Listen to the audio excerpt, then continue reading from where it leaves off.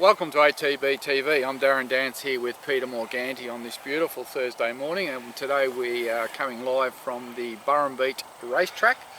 The boys are out there with the sprinklers giving it a good water, and if you haven't been to Burrumbeet, they only race once a year on New Year's Day, and it's a terrific day of racing, and they normally get a big crowd here, Pete, and it's a real good family day. 4,000 or 5,000, Darren, and yeah, it's a ripper. And the other essential use this track gets is probably 8 or 10 trial jump out mornings, and you can see it's an excellent facility for that. And you probably look at those trials over the last 8 or 10 years, and we look around at all the improvements that happen. So it's a little club that probably is underutilised on a race day capacity, but certainly gets plenty of use. I'd love to see him with have Ballarat 15 minutes away. Yeah, I'd love to see him have a second meeting around Easter Yeah. time and just feature all the history of Ballarat. But yeah, or fit in, like you said, with the picnic circuit. Yeah, It's just a beautiful track. It's a great facility. It's got charm, and gee, it's well maintained. I remember coming here 15 years ago, and she was pretty rough and ready back then. But now it's all beautifully maintained. It's all mowed.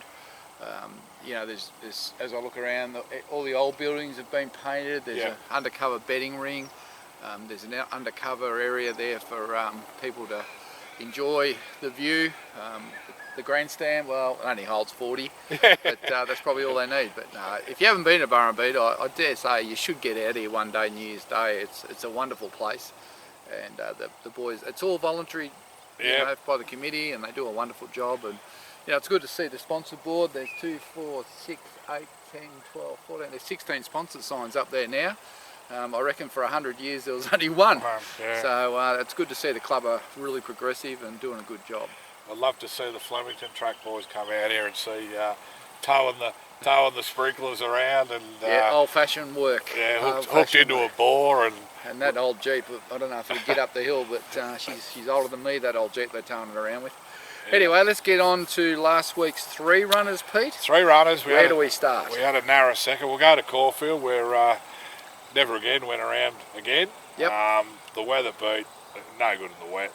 Look, he was probably hard pressed to win the race anyway, but that just put a dampener to the whole show. He tailed out, and now he's in the paddock, Darren. He went to the paddock Sunday finally after I don't know how many runs he had in this prep. But Must have 5 for us. Didn't do a lot for us, but look, when you go back through all his form over his career, his best runs are his first 4 runs in his prep. Yeah. So he's gone out now, and he'll spell, and he'll be back when the tracks firm up. I think that was the whole plan.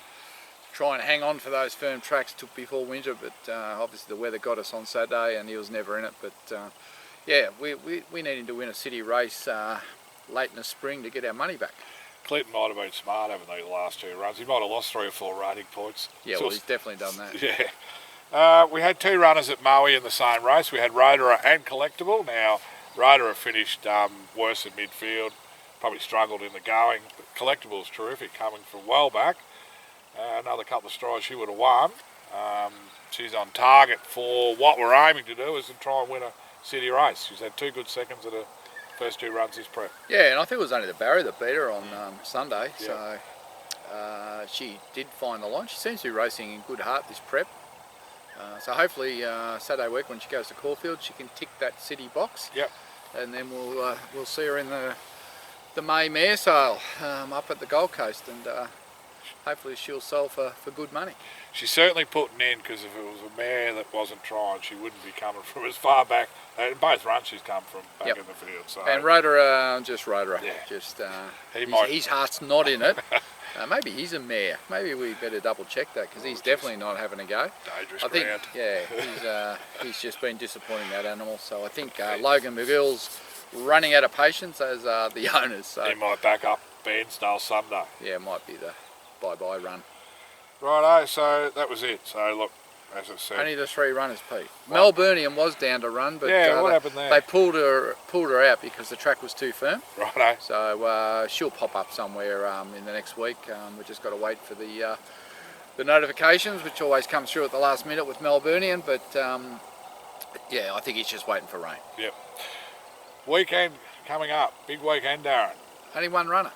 One that we know of now, but we'll have a couple. We'll have 64th Street running at Narracourt on Sunday, but the big day is the Group 1 Oaks.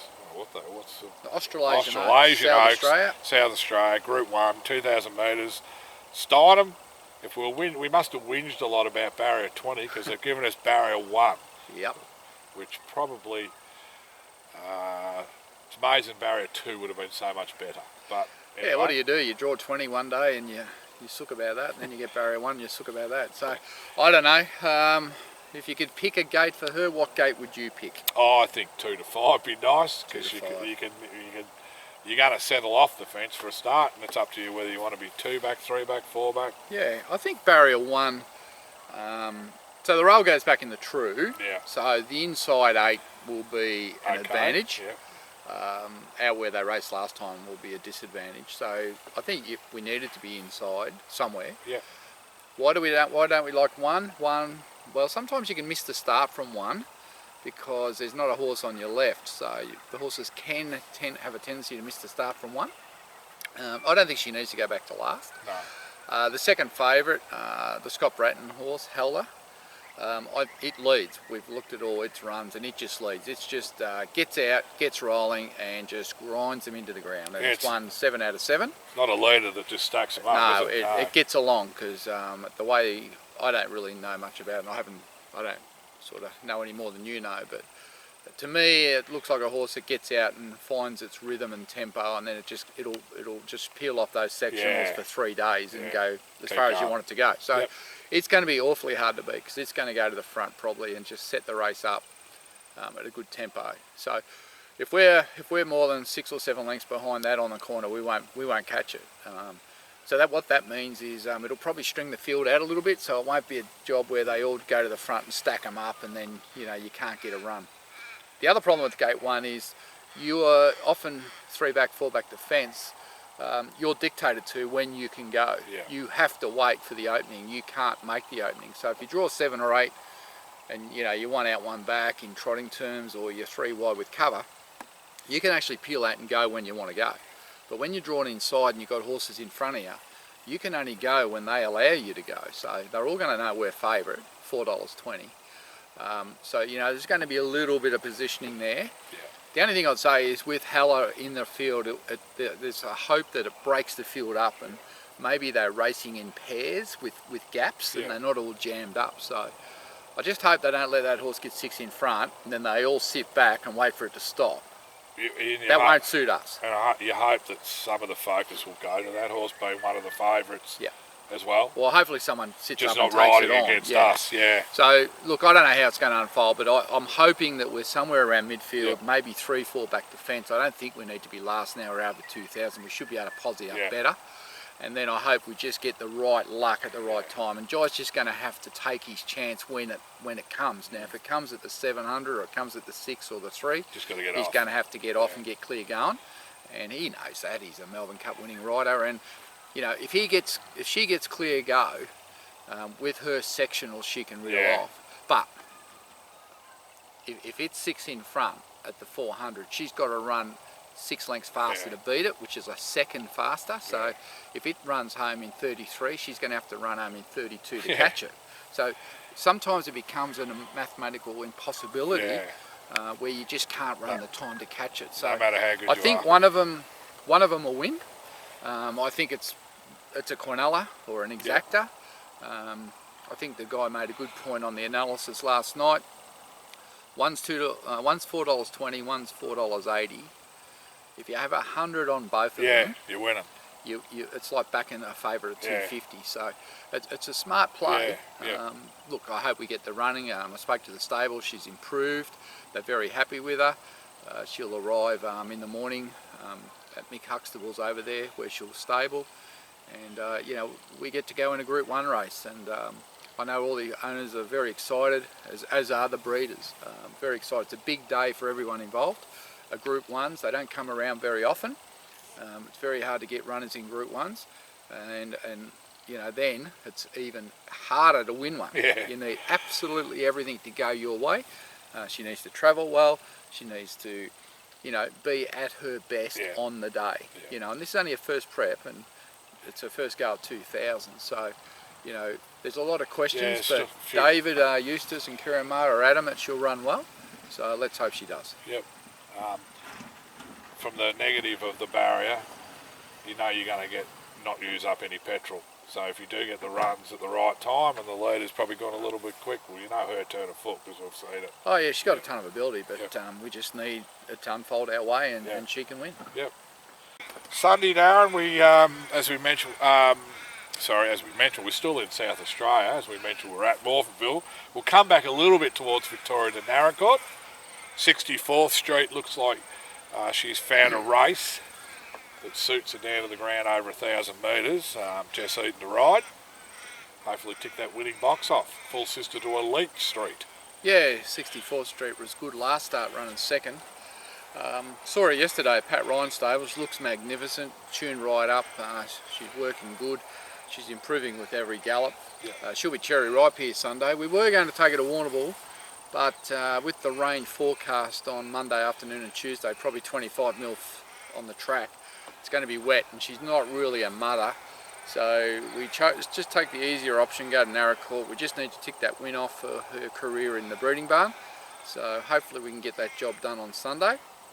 So that's 64th Street with Pat Ryan. Beautiful filly in great order, and she'll be hard to beat there. I noticed the half brother won a trial at Camperdown during the week by Nakoni. So her pedigree's on the march, and I can't see us not winning a maiden with her in the next start or two. So righto, so we've got the Steiner money rolled into to 64th Street, so that's probably around $15. The multi. Now we've got about 5 horses to talk about at the May Carnival. The Warrnambool May Carnival is back. It's hard to believe we're heading into May next week, isn't it? It's hard to believe we're in May already. But true to form. Don't know if this weather will be with us. It'll be gone. It'll be raining Monday, Tuesday. It'll be pouring, and that's Warrnambool and that's May. So yeah, we get down to Warrnambool and we start off on Tuesday. Potentially 5 runners. 5 runners for the week. A little bit uncertain who's going where at this point, given that we're only Thursday. Yeah. But we know South Pacific will be going to the Cup. Naval Warfare on the first day. Naval Warfare could be running at the carnival. No certainty at this point. No, a little bit of a... we just might have found a little problem with him that's now been rectified, and it's just a question of whether he'd be right to go Tuesday or not. So we'll leave that with Lindsay, but let's talk about Naval Warfare, because if he does go, he'll be running on the Tuesday in the staying race. May have a reasonable rider on him. Yeah, I understand D. Oliver's been booked. I don't know if that's confirmed or not, but that was the plan. Yep. I guess the acceptances for Tuesday come out tomorrow, do they? They might be out today. Right, I'm not sure. Yeah, well, hold on, no, maybe tomorrow. Yeah, tomorrow. So, look, he's been disappointing for us. His first 3 runs this time have been very disappointing. It was very disappointing at Terang. But he may well have had an excuse. I won't go into what that is, but he may have had a reason all along for his poor form, and that may be resolved now. And the question is, if that's resolved and the horse knows he can run without that issue, then he could win anything he goes in. But if he's sort of mentally scarred from it might take a few runs. So without saying any more than that, we'll just have to wait and see what Lindsay does with him. But look, he's sound, happy, fit and healthy. There's no issue that way. But sometimes mentally you can be scarred from issues. So credit to Lindsay and Jacko down there that they've got on top of what they think might have been holding him back, and let's see what happens on Tuesday. But on his best form, he could be winning Tuesday. And we're talking about a benchmark 78 opposed over the handicap, so it's Perfect. a big drop in class. Wednesday we could have 3 runners. Now I'll start with the maiden, Intense. There's a 1700 3-year-old maiden, I think, as well as an open maiden, but he'll be in the 3-year-old maiden. Yep. Pat's wrapped with him. He was good at Hamilton bar being like a drunken sailor, but Pat's tinkered with the headgear. Reckons the blinkers might be not allowing him to have he was, what's going on.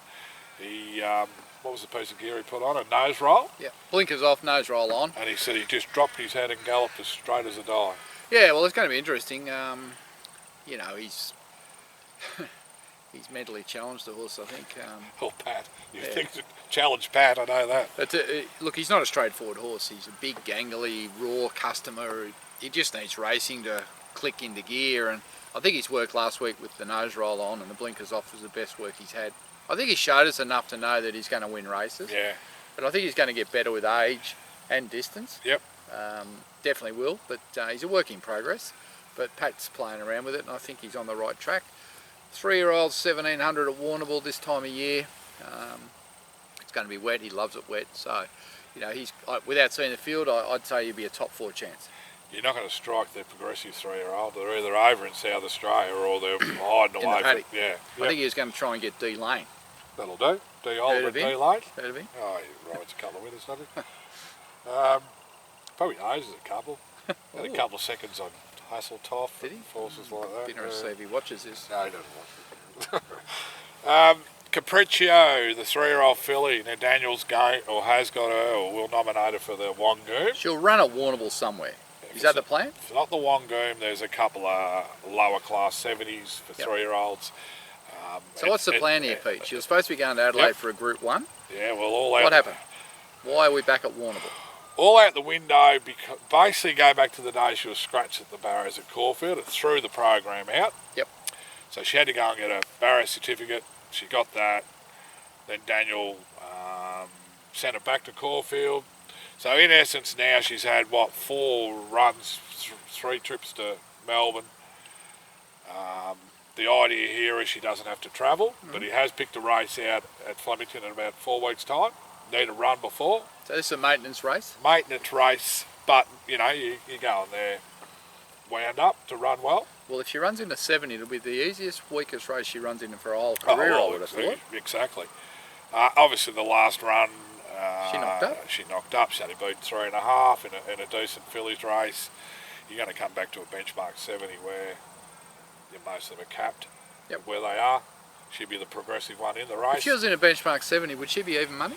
I suppose gates and all that relevant, but I would think she'd be very short. Yep. So there you go, Capriccio. Yeah. Not really sure where she's going. The Wangoom, if she gets in the Wangoom, she'll be, you know, numbers 16, 17, 18, 19. She'd sneak in, I think. Yeah, a bit like Exurius. Yeah, might sneak in with a low rating, but otherwise she goes to 70 and she'd be something to bet on there. But it's a month down the track. He's earmarked that race, and I think she'll go to the paddock, win, lose, right. or draw after that. But yeah, Capriccio will run. Connery's, there's a benchmark 70, 1400.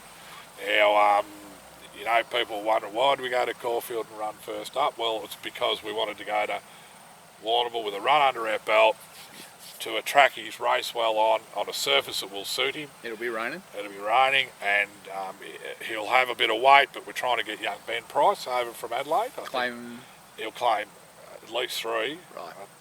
No, he would have ridden 5 winners, so 3. Come in with 59. You know, the bottom weight's only going to be 56. He'd probably be well in relative, and we've seen what he did there 3 years ago. Do you think he'd be a winning chance? Oh, I think so. Absolutely. Yeah. Well, I think Archie's got him fit enough. Yeah. The claim's smart. Well, you're coming back from a Saturday. Yeah. You're dropping a lot in 78 class. to a 70. Yeah. Your claim brings you in. Mind you, these are strong races. Yeah, and there could be a progressive horse in there, but look, he's going to be an each-way show. Oh, yeah. If he draws, you know, anywhere that he can have in midfield, I think we've seen that run. We all had our hearts in our mouths. He needs a crack at him. 3 years ago, get a crack at him late, and that's his go. Right. But he's going to get the surface to suit. So he'll be there. Yep, and so that's the 3 there on the Wednesday. South Pacific is our cup runner. He's probably our best chance for the week. I seen his trial at Camperdown. Obviously another maintenance piece of work. If you've got trials, you might as well send them around. They put on a 1400 for that type of horse. Johnny didn't do much on him, let him settle. Said he was a bit lazy, typical of probably his style of racing, but clicked him up and he was good to the line. And then Johnny asked me, where's he going? I said, Warrnambool Cup. And Johnny knew straight away that he'd never make his weight. What weight will he get? Maybe 50 beyond the minimum, I would say. What's the minimum? 54. 54. I would say, yeah. What's Johnny ride at? Not that. 55, does he? He'd be a bit heavier. Right. 6 probably. Okay. Now, as winter comes along. Righto. So He said he had a choice of rides, but he was very investigative with where that horse was going, because I think he galloped. Well, you might have said that he was on him in a gallop 2 weeks ago prior to Caulfield. Yeah, he was pretty happy with and it. the best that horse had worked. And I think he's continued on. I think he's a good each way chance. Heart of Assance's going there. It was unlucky in the Tren Yeah. Cup. Obviously the winner of the Tren Cup will be going there.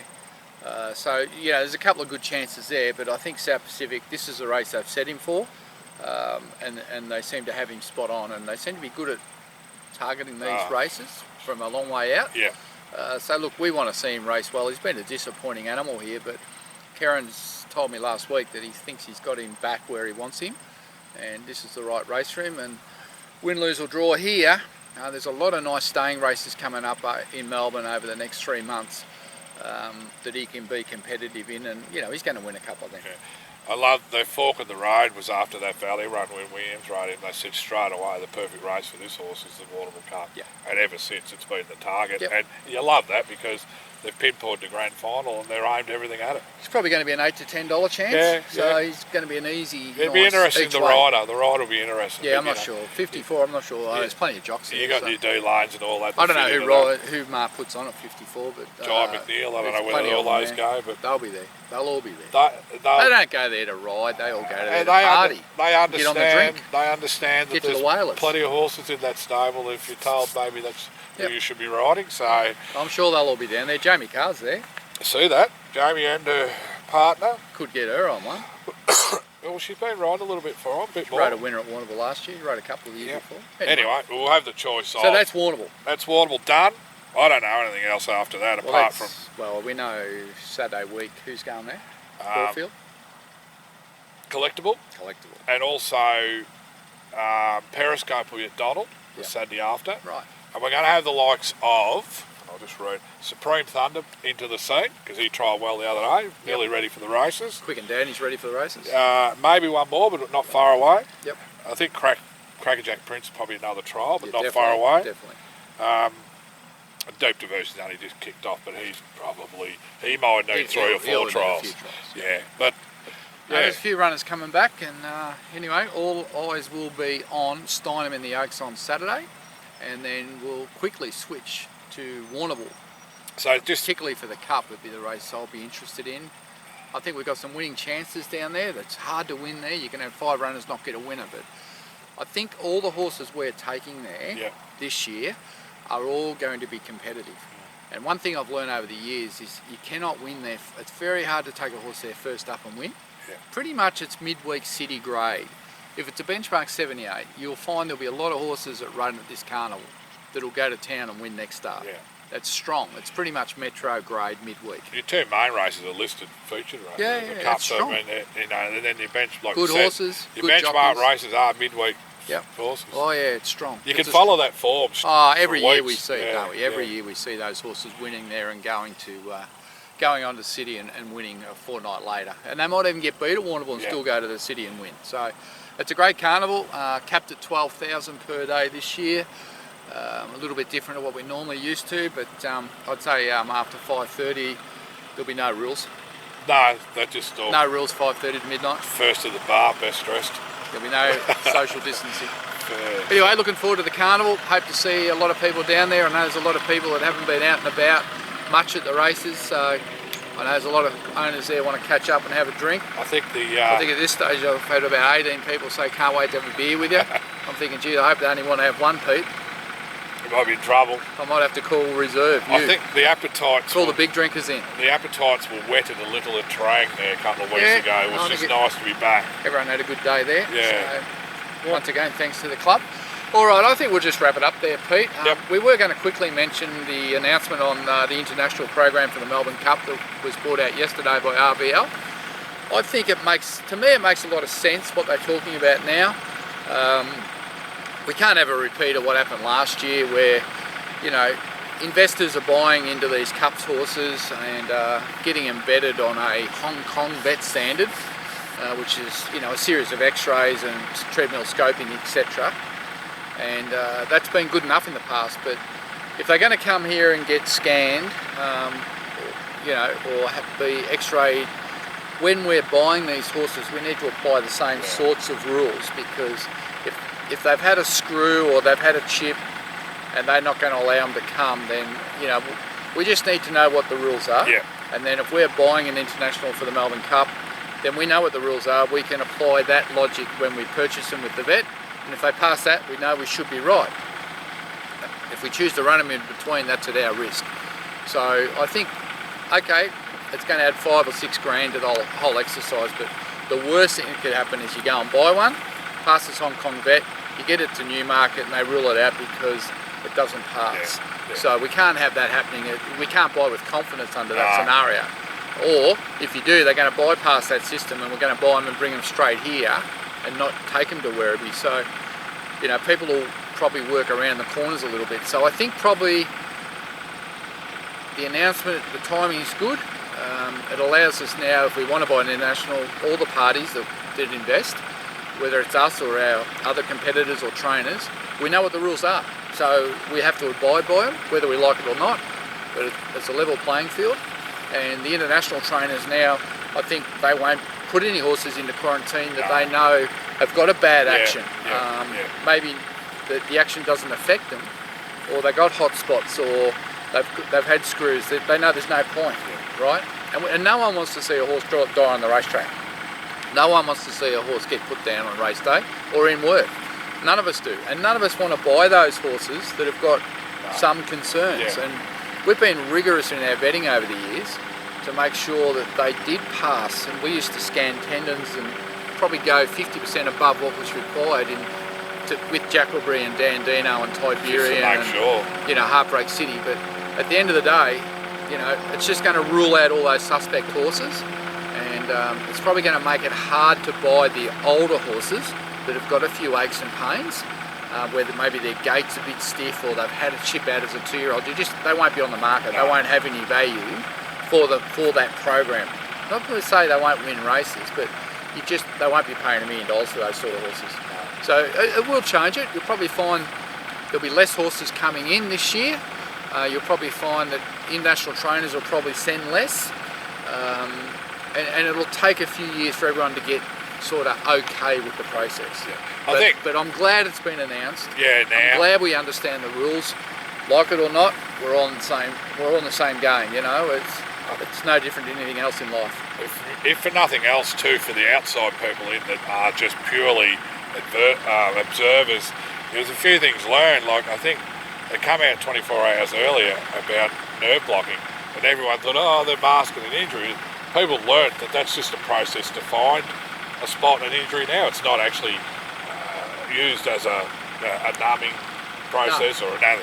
So people have learnt there, but I think people outside are happy now that something's been done, some measures have been put in. We all know accidents can happen. You can put all the measures in. When you deal with animals that are finely tuned like that, accidents are going to happen. But if you put a process in place and everyone can adapt to it and know what it is, well, you can't do much more than that. If it mitigates the risk, that's all we want. And we don't want to be buying suspect horses that pass a vet but have had a screw in and out, or, you know, there's lots of things that are done to horses, chips out. We don't want to be buying those horses because, you know, if they got a weakness there, imagine going to the races on Cup Day and losing your horse. Like, you'd nearly give up. Well, I would. We love the animal. We race them because we love them. They give us a lot of joy and a lot of pleasure. It's not really about the money. I mean, if you buy a horse for the Melbourne Cup, it's not about, you're not going to make money on it. It's about the experience, the journey of having a cup runner and competing at that level. You know, most of these horses that we buy for the Melbourne Cup, you lose money, right? It's not about making money. It's about having that experience. And, you know, I know all the owners we've been involved in, they've all got their photo taken with Dandino, with Jackalbury, with Tiberian, with Heartbreak City. They love the horses, you know. And you've got your Ryan Moores and Mariras and all that have ridden our horses as well. You're mixing with the best of the best. So it's an experience and a journey. So it's not a money-making feature. Yeah, if you win it, you get a lot of money, and if you got a colt, you know, they go to stud maybe. But at the end of the day, I think everyone in racing would love to have a Melbourne Cup runner and love to win it. But we don't want to lose any horse on any race day, and maybe some of these standards, Peter, in time might be applied to some of the 2-year-old races, you know, where horses sometimes are pushed a bit early for the big money on offer, and maybe some of them need to be, you know, scanned before, you know, whether they'll bring it in before the Magic Millions or the Diamond or the Slipper and some of these early 2-year-old races. It'll be interesting to see how it unfolds, but, you know, welfare is a big deal. We don't want to be losing horses. So. And the Melbourne Cup's a world stage. It's a stage, and racing's on the central stage, and it's monitored heavily, and so it should be. So, no, I'm pleased with the announcements. I'm glad they're out now. Where are we at with an international horse? Well, yeah, they had the Saratoga run at Ascot last night. I think there was 6 starters. That was the only staying race. Yeah. Stradivarius won it. He's a 7-year-old. I think 3 or 4 of the others in the field are owned by one of the sheikhs. So there's basically no horse there to buy. There was no proper form last year due to COVID. So I don't know where you can just go there and say, yep, there's a horse I can buy and I think it can get to the Melbourne Cup. At this stage, I haven't seen one. It may open up to be a little bit weaker. We don't know how it's all going to unfold. I think the Cat 24 internationals. Yeah. Now that's the high end. You're not probably going to get 24. That's not just Melbourne Cup.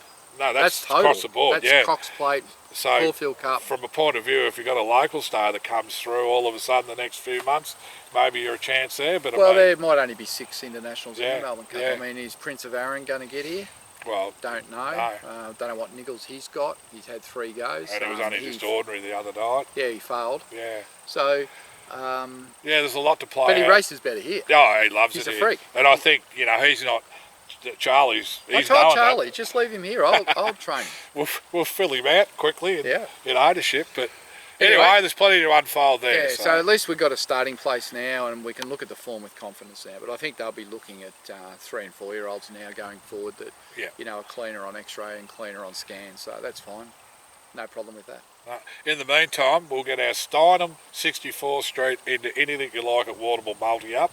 And then we'll be able to buy an international next year. Well, it'll be the old story, Pete. We'll take a 4-leg multi. There, get 3. We'll get 3 out of the 4. Wouldn't that be good? I'd be happy with that. I'd cash out. Take the Waterville ones for a place and pick out probably. Anyway, let's hope we can get the job done. They don't give away Group 1. No, look, and good luck, I reckon, on behalf of everyone else that's out there in ATB world and followers.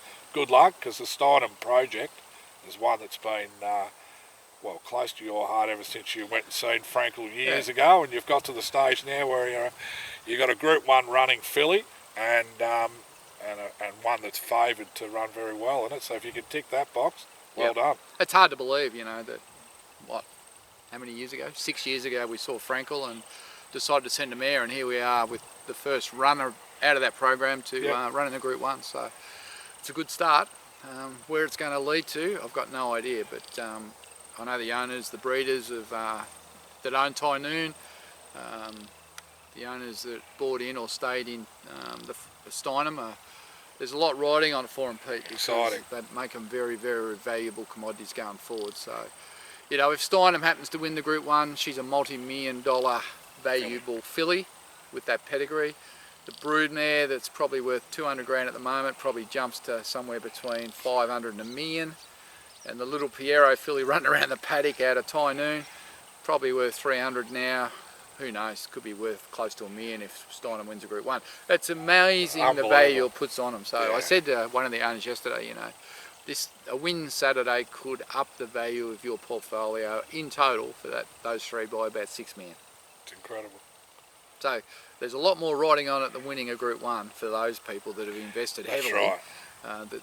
This could be like winning Tasslotto. Absolutely. Pretty much like winning Tasslotto for them. Good luck to everyone involved. I've never spoke to so many nervous people in my life, but I haven't got nervous yet. I'll probably get nervous after they go 200. Yeah, see how it all unfolds. Because after 200, we're going to have a fair idea of what's happening. We're going to see how it unfolds. We just want clear air. We don't want to be dictated to. We'd like to dictate, but unfortunately, that's up to Jai. And look, in the big picture, this filly's done all this. She only first run 5 weeks ago. She's got her career ahead of her, but geez, it'd be nice to just hit a nail on the head on Saturday. Tick it off. Yeah. All right, until next week, I'm Darren Dance, Peter Morgani. Cheer us home on Saturday.